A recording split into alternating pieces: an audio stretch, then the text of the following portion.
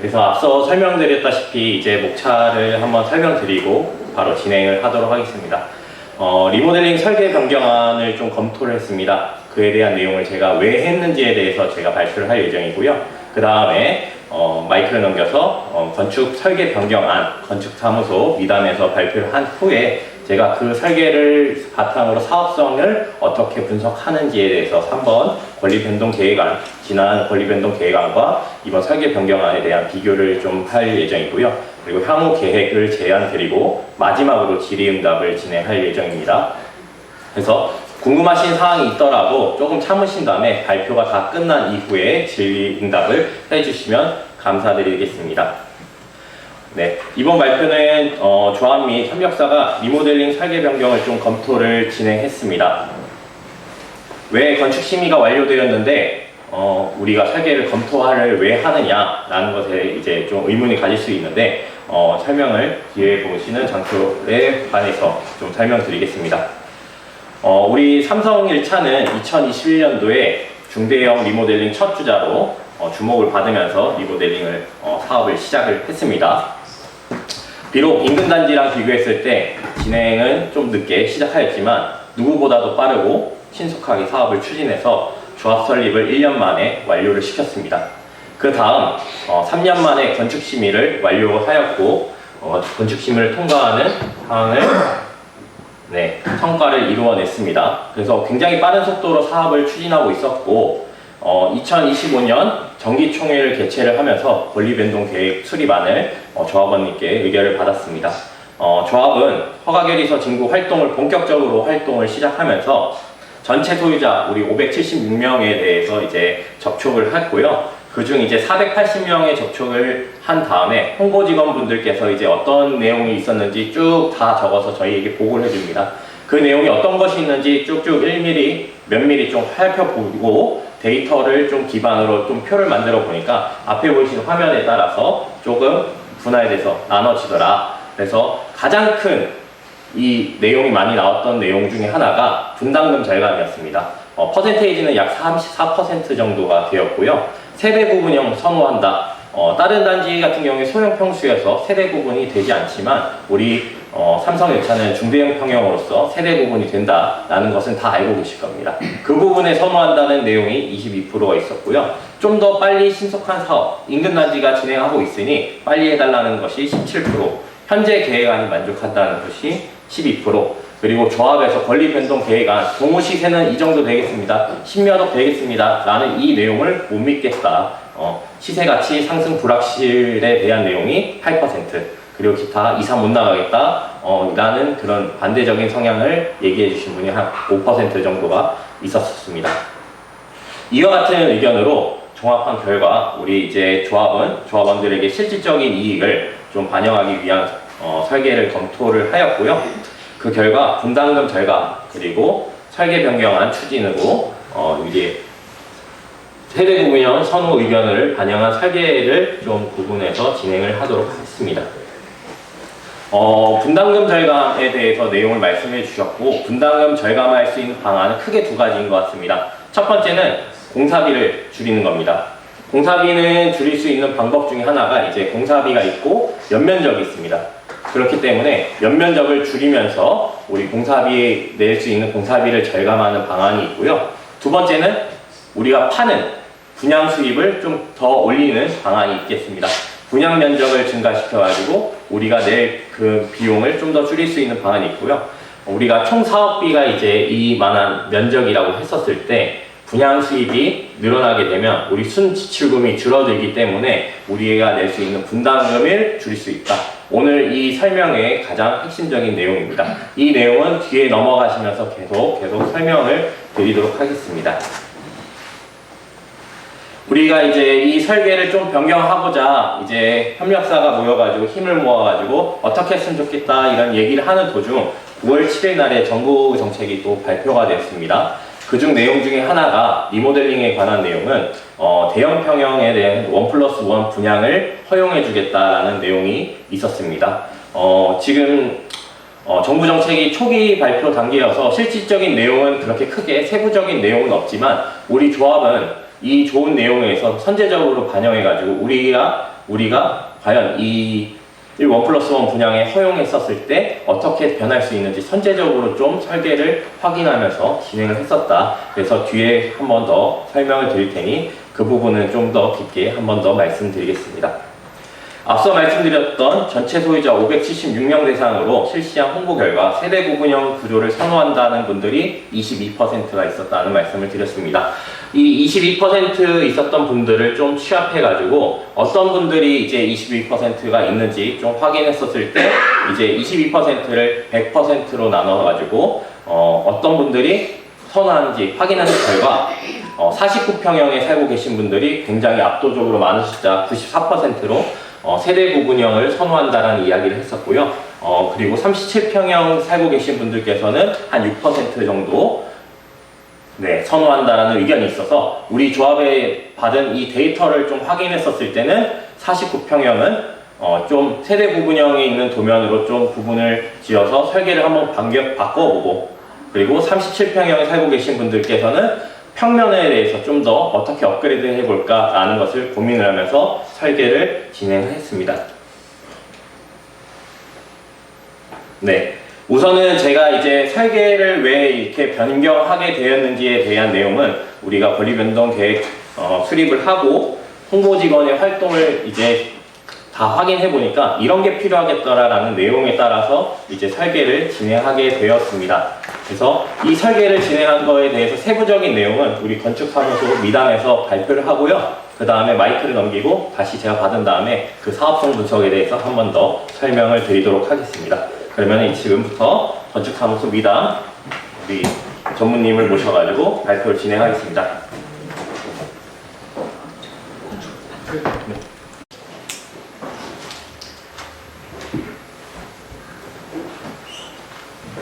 건축사무소 미담에서 변경된 설계에 관련해서 구체적인 설명을 좀 같이 들었습니다.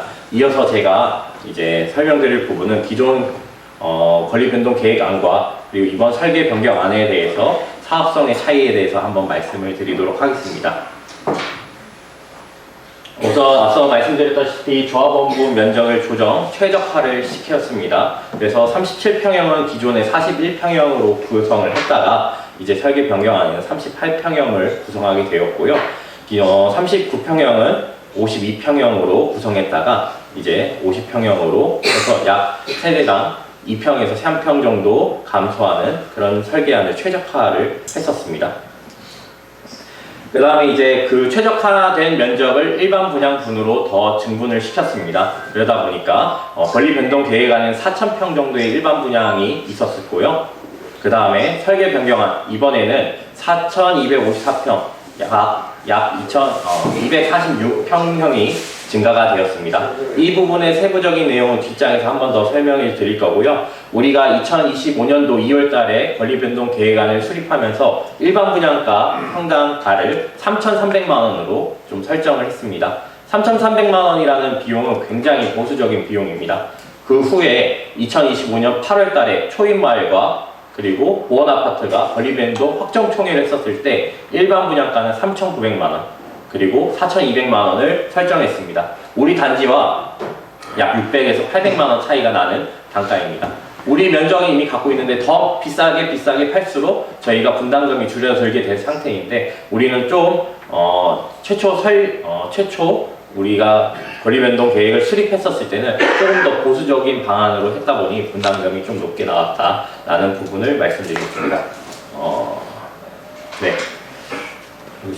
네. 설계 변경안 적용 시 세대당 약 4,200만 원 절감이 될 예정입니다. 공사비 절감 연면적만 감소했었을 때는 약 160억 정도 감소될 예정이고요. 세대당 약 2,700만 원 정도 감소가 될 예정입니다. 분양 수입은 분양 면적이 증가됨에 따라 우리 세대로 81억 원 정도가 일반 분양 수입이 증가가 되고 그 다음에 세대당 1,412만 원 정도 절감되어서 우리 세대당 약 4,200만 원 정도의 분담금이 절감될 거다라고 보면 되겠습니다. 우리가 권리변동 계획안 세대당 평균 분담금은 3억 7천 원이라 해서 올해 2월 달에 다 배포하고 그 다음에 결의서를 받고 있었습니다. 우리가 이쯤에서 다시 한번 엎드려 네, 우리가 공사비는 683만 원을 측정했고요. 그 다음에 일반 분양가를 3,300만 원 했었을 때 기존에는 3억 7천 원이지만 우리가 설계 변경이 된 이 설계안을 따졌을 때는 3억 2,700억 원, 아니 3억 2,700만 원으로 이제 분담금을 설정하게 되었었는데요. 이제 인근단지 초입마을이 공사비를 따졌을 때 720만 원을 설정했고 일반 분양가를 3,900만 원을 설정했을 때 분담금이 30평형인데도 3억 5천 정도 분담금을 형성했습니다. 근데 그와 동일하게 우리가 똑같이 했었을 때는 3억 2천만 원 정도의 형성이 되었고요. 이 내용을 좀 제가 말씀드리고 싶은 거는 30평형인데 3억 5천을 내고 분담금을 내게 되는데 우리는 40평형, 50평형입니다. 10평에서 20평이 더 많은데도 분담금이 비슷한 수준이라고 하면은 오히려 우리가 사업성이 더 있고 나중 향후 가치에 따졌을 때는 우리가 더 좋은 상황이지 않을까, 그거에 대한 리모델링 사업성을 좀 파악할 수 있는 부분이지 않을까라고 보여지고 있습니다. 그래서 앞서 말씀드렸던 부분이 이제 1+1 분양을 적용하고 세대 구분형을 통해서 분담금을 더 절감을 할 수 있는 방안이 있습니다. 제가 이제 임의적으로 이렇게 사진 이미지를 분리를 시켜놨는데요. 다른 소형 평수의 리모델링을 했었을 때 선택할 수 있는 방안은 딱 두 가지입니다. 내가 입주를 하거나 아니면 전세를 주거나 이렇게 두 가지 방안을 정할 수 있는데 우리 수지 삼성 1차는 추가적으로 더 여러 가지 방안을 할 수 있습니다. 그 부분이 이제 네 가지라고 적혀져 있는데 첫 번째는 일반 분양을 할 수 있는 부분이 있습니다. 팔면 됩니다. 두 번째는 전세를 내주어서 우리가 이제 나중에 입주하셨을 때 전세를 내주면서 분담금을 충당할 수 있는 방안이 있고요. 다음으로는 월세 수입을 활성화해서 매월 수입을 활성화할 수 있는 월세가 있고, 내가 이제 대형 평수에 사는데 자녀들이 다 나가 살아서 이 집이 너무 크다라고 했었을 때는 오히려 이 임차 세대에 들어가면서 평형을 줄이고 대형 평형, 우리 나머지 평형의 전월세 다른 방안으로 해서 우리 라이프 스타일에 맞게서 원하는 대로 좀 구성을 할 수 있는 부분이 이번에 1+1 분양, 세대 구분형인 것 같습니다. 그래서 우리 상황에 맞게 잘 선택을 하셔가지고 이제 선택을 해서 리모델링을 진행하면 좋겠다라는 말씀을 드리겠습니다. 지금까지 설명드린 설계 변경안은 확정된 내용은 아닙니다. 우리가 검토를 했지 이번에 처음으로 조합원님들 그리고 소유자님들께 보고를 드린 내용입니다. 설계 변경을 추진하기 위해서는 관련 절차를 거쳐야 할 부분이 있을 겁니다. 그래서 반대로 전에 이제 설계했던 부분이 더 마음에 든다는 분들도 있을 거고 다 다를 건데 이처럼 이런 결정 사항에 대해서 일정을 한 번 더 앞에 보신 화면에 의해 한번 설명을 드리겠습니다. 권리변동 계획안이랑 설계 변경안은 결정은 향후 조합원 총회 의결로 할 겁니다. 만약 조합이 임의적으로 이게 더 좋다라 해서 그냥 끌고 갈 수 없는 이런 상황입니다. 굉장히 중대한 내용의 문제이기 때문에 총회를 통해서 반드시 의결을 할 예정입니다. 그래서 사업 추진 로드맵을 봤었을 때 2025년 하반기 올해 말까지는 허가계리서 진구를 다 할 예정입니다. 그래서 75% 동의를 달성한 후에 사업계획 승인을 접수 준비를 하려는 게 올해 말의 목표이고요. 내년 초에는 사업계획 승인을 접수를 할 예정입니다. 사업계획 승인 맞춰서 일정을 맞춰가지고 다 준비를 해서 접수를 할 예정이고, 그 후에 동의서를 다 거둔 후에 사업계획을 접수를 한 다음에 투트랙으로 이제 진행할 겁니다. 총회를 준비를 하면서 기존 안으로 그대로 갈 것인지 아니면 설계 변경안으로 갈 것인지 두 가지 준비를 같이 병행을 하면서 총회 의결 사항에 맞춰가지고 그에 맞춰서 다시 설계 변경을 진행할 것인지 아니면 계속 진행할 것인지 라는 것인데, 만약에 우리가 설계 변경안을 하지 않고 기존 안으로 간다라고 했었을 때 하반기 정기총회에서는 총회 안건에 대한 의결을 받은 후에 그 다음에 이제 확정된 도면에 의해서 시공사와 권리변동 확정총회를 위한 공사비 마지막에 잠시만요. 네, 공사비 협상을 마지막으로 최종을 하게 됩니다. 지금 가계약서를 의해서 본계약을 체결하게 되고요. 그 체결에 맞춰서 공사비와 면적을 확정한 내용의 권리변동 확정총회를 열어가지고 그 이후에 이주를 계획을 하고 있습니다. 그래서 올해 우리 짧게 보시면은 올해 12월까지는 결의서를 받을 작업을 계속 할 거다라는 내용을 알고 계시면 되겠고요. 그걸 다 받았을 때는 이제 사업계획 승인 접수를 해서 향후 일정에 대해서는 세부적으로 계속 안내를 드릴 거지만 우리 이번 설계안을 결정하는 거는 지금 하는 것이 아니라 총회 때 할 것이다 라는 내용을 안건을 올려서 한 번 더 그때 진행할 예정입니다. 네, 마지막으로 드릴 말씀입니다. 10월 15일 날 정부에서 세 번째 부동산 대책이 발표됐습니다. 정부가 이제 들어선 지 1년이 안 됐지만 벌써 세 번째 부동산 대책을 발표했고요. 그 내용은 수지가 투기과열지구, 조정대상 지역, 그리고 토지허가 거래 구역을 지정해버렸습니다. 저는 이 내용을 받았을 때 어떤 느낌이 들었냐면 상급지다. 정부가 지정해준 상급지다라는 표현을 좀 하고 있습니다. 누구나 들어와서 살고 싶어하는 곳이다라는 부분을 말씀드리고요.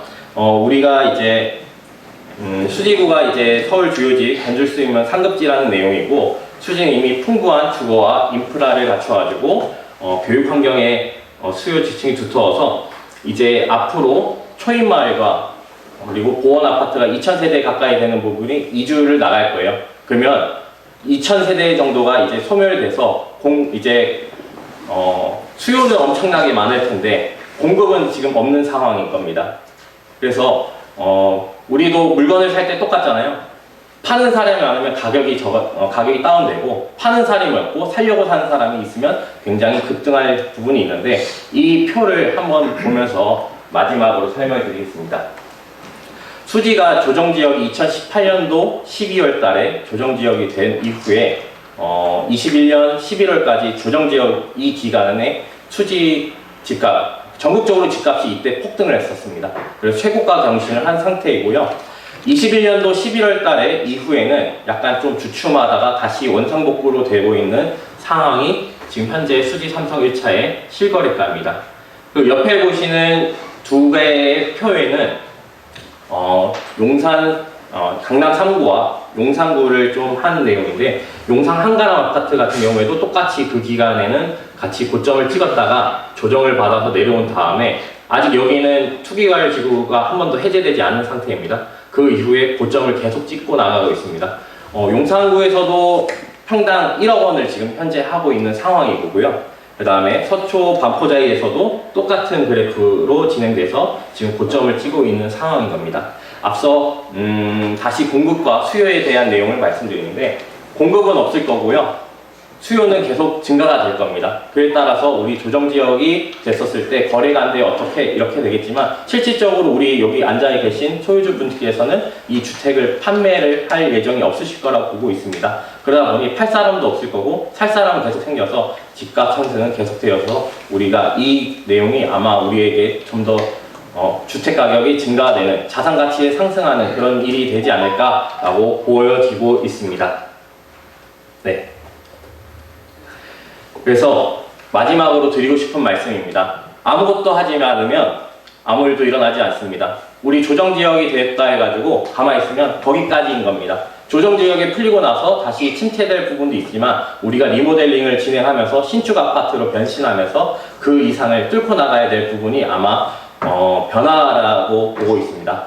그렇기 때문에 우리가 할 수 있는 일이, 우리 지금 리모델링 허가 결의서를 진구하고 있습니다. 우리 만약 제출하지 않으신 분들이 있다면 끝나셔서 리모델링 허가 결의서를 제출해 주시면 감사드리겠습니다. 그러면 오늘 설명의 발표를 마치도록 하겠습니다. 감사합니다.